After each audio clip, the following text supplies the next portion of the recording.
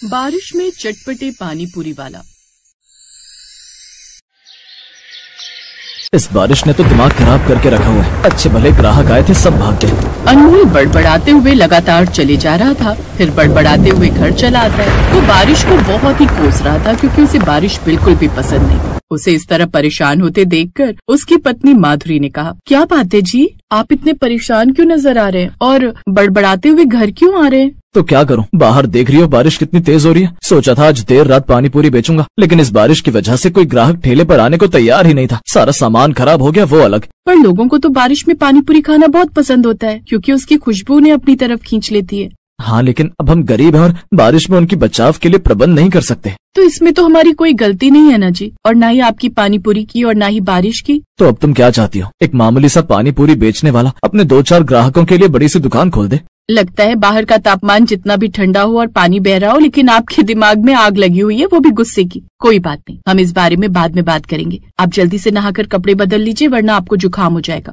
मैं खाना लगा देती हूँ। इसके बाद अनमोल कपड़े बदल कर आता है और उसके बाद खाना खाता है। फिर अगले दिन वो जैसे ही अपना ठेला लेकर निकल रहा था, तभी जोरों के बादल गरजते हैं। लगता है आज तो टनकपुर गांव में बाढ़ आकर ही रहेगी। किसानों का कितना नुकसान होता है बारिश की वजह से। फसल खराब हो जाती है, जानवरों को भी कितनी दिक्कत आती है, और हम ठेले वालों का तो गुजारा ही नहीं चलता।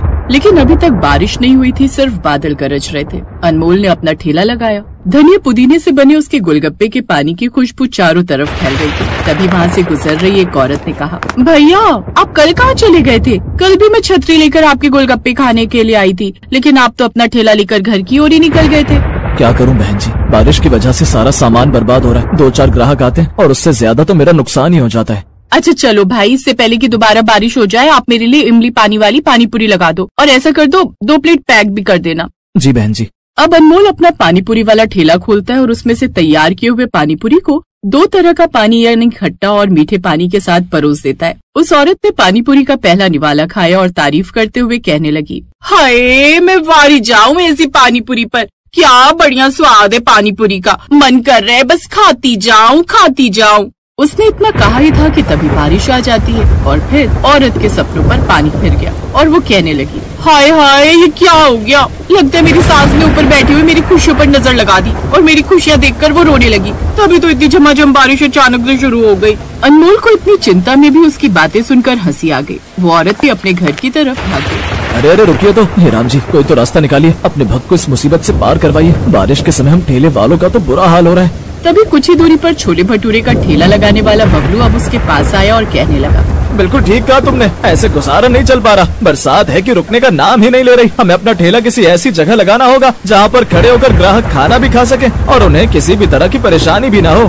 तभी अनमोल को एक सुझाव आता है और वो कहता है, बबलू अगर हम सब मिलकर एक बड़ा तिरपाल लगा लें तो कोई भी नहीं भीगेगा और किसी का सामान भी खराब नहीं होगा। उसके नीचे जानवरों को भी सहारा मिल जाएगा।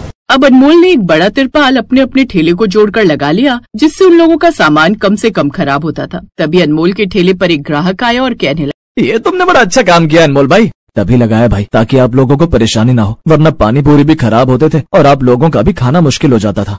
वहीं एक दिन बहुत तेज आंधी आती है और उनका लगाया हुआ तिरपाल उड़ जाता है। बबलू ने चिल्लाते हुए कहा, अनमोल भाई जल्दी अपना ठेला समेटो और घर जाओ, वरना सब कुछ खराब हो जाएगा। अगर कुछ उड़कर तुम्हें लग गया तो घायल हो जाओगे।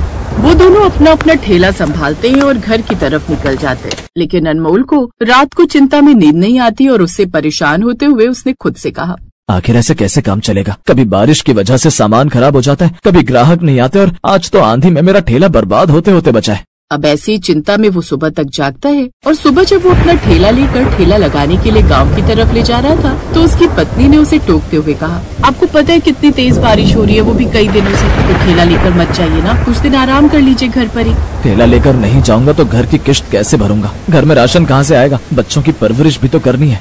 अनमोल ये बोलता है और उसके बाद अपना ठेला लेकर चला जाता है। लेकिन आज भी तेज बारिश शुरू हो जाती है। अब अनमोल को कुछ भी समझ में नहीं आता कि वो कहाँ जाए। तभी उसे एक घना बरगद का पेड़ नजर आता है। वो उसके नीचे खड़ा होकर खुद से कहता है, अरे वाह, इस पेड़ के नीचे तो बिल्कुल भी बारिश का एहसास ही नहीं हो रहा। ये पेड़ इतना घना है कि इसके नीचे कम से कम 10 लोग खड़े होकर पानी पूरी खा सकते हैं। अब उसने ऐसा ही किया। उस पेड़ के नीचे वो पानी पूरी बेचना शुरू कर देता है। एक दिन तो उसके पास ग्राहक थोड़े कम आए क्योंकि लोगों को पता ही नहीं था कि अनमोल अब कहाँ पानी पूरी बेचता है। लेकिन धीरे धीरे जब ग्राहकों को पता चला कि अनमोल बरगद के पेड़ के नीचे पानी पूरी बेच रहा था तो ग्राहक उसके पास पानी पूरी खाने के लिए आने लगे।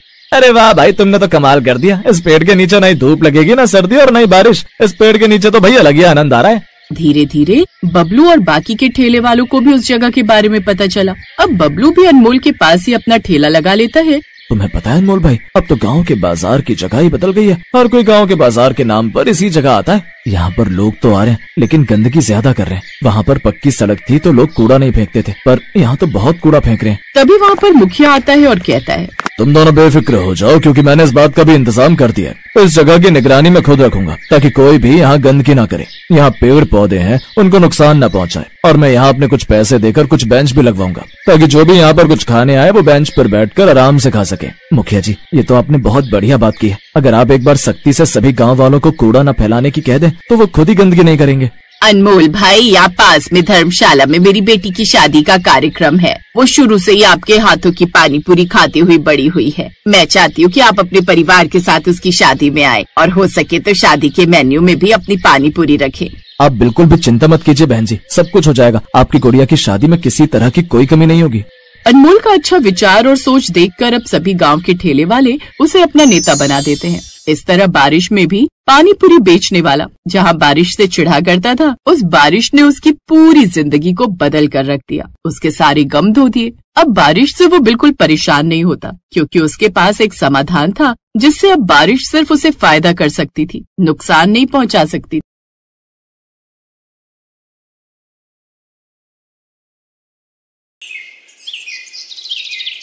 भरतपुर नाम के गांव में मनीष अपनी पत्नी रेखा और 2 बच्चों बंटू और चिंकी के साथ रहता था।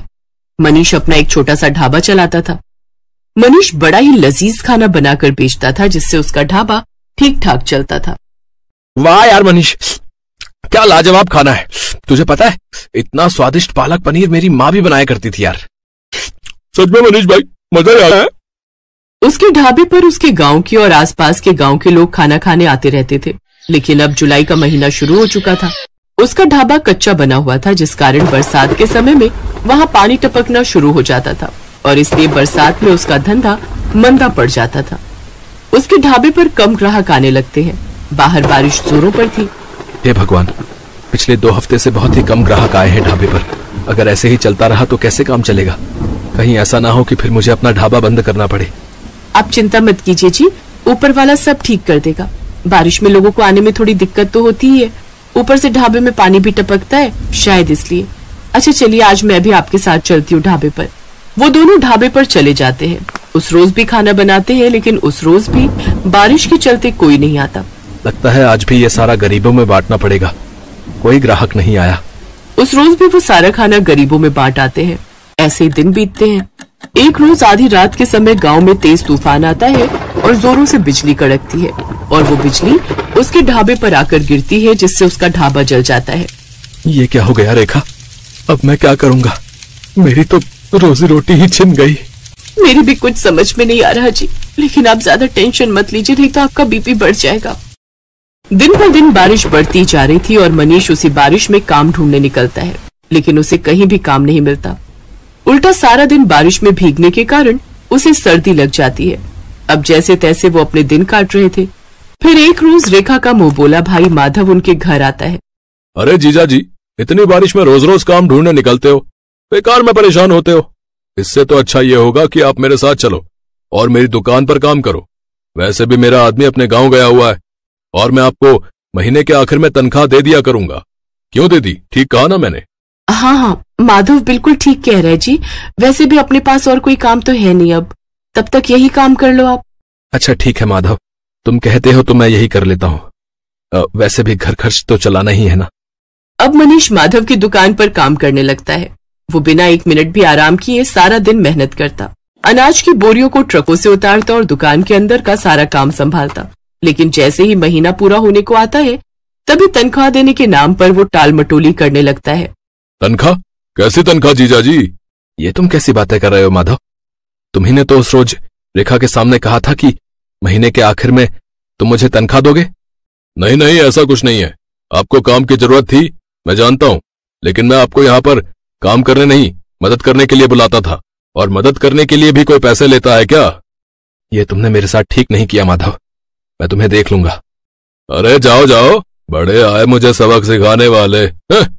मनीष दुखी मन से घर आ जाता है।